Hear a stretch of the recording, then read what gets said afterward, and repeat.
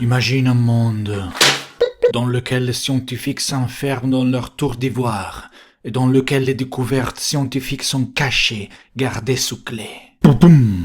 Et maintenant imagine une taupe infiltrée parmi ces scientifiques, une âme juste bonne qui révèle les découvertes scientifiques les plus récentes au monde entier grâce à une ligne téléphonique secrète.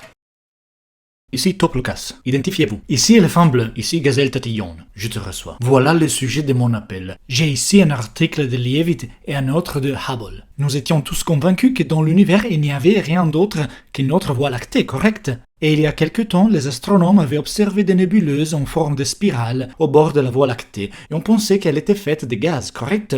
Eh bien non. Ces deux scientifiques viennent de démontrer que ces nébuleuses se trouvent en dehors de la Voie lactée, et qu'elles ne sont pas faites de gaz, mais d'autres étoiles. Ce sont des galaxies exactement comme la nôtre. L'univers observable contient 2000 milliards de galaxies séparées par d'immenses espaces vides. Waouh, incroyable! Et comment ils ont fait pour mesurer ces distances?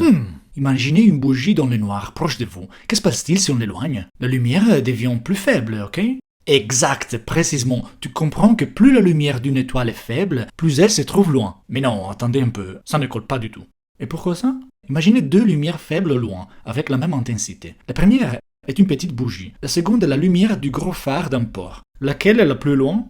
Je sais, évidemment c'est le phare. Parce que le phare est beaucoup plus puissant, donc pour paraître aussi faible qu'une bougie, il doit se trouver en distance beaucoup plus grande. Exact. Donc tu comprends que pour mesurer la distance d'une étoile, nous avons besoin de deux choses. Quelle est la faiblesse de la luminosité de l'étoile et avec quelle puissance brille cette étoile. Parce qu'il y a des étoiles de toutes les dimensions et intensités. C'est vrai, Taupe. Super explication. Avant tout, vous devez savoir qu'il existe des étoiles appelées céphéides, qui sont des étoiles variables, dont l'intensité oscille. D'abord, elles brillent intensément, puis elles s'affaiblissent, puis elles brillent de nouveau intensément, et ainsi de suite. En 1912, l'astronome Henrietta Leavitt découvrit que plus une céphéide met des temps à osciller, et plus la lumière de cette céphéide est puissante. À l'inverse, les céphéides avec des courts temps d'oscillation ont une lumière moins puissante. En résumé, en mesurant le temps qu'elles mettent à osciller, on peut mesurer la puissance de ces étoiles. C'est ici qu'arrive Hubble. D'abord, il trouve une céphéide dans la spirale d'Andromède. Puis il passe des nuits et des nuits à en chercher d'autres. Il en trouve bien 47. Pour chaque céphéide, il mesure la faiblesse de leur lumière et aussi le temps qu'elles mettent à osciller. C'est ainsi qu'Hubble se retrouve avec les deux informations nécessaires pour mesurer la distance d'une étoile. Quelle est la faiblesse de la luminosité de l'étoile et avec quelle puissance brille cette étoile. Formidable! Maintenant à nous de faire passer l'information. Merci Taupe. Bonne chance. Ici Éléphant Bleu, identifiez-vous. Ici Gazelle Tatillon.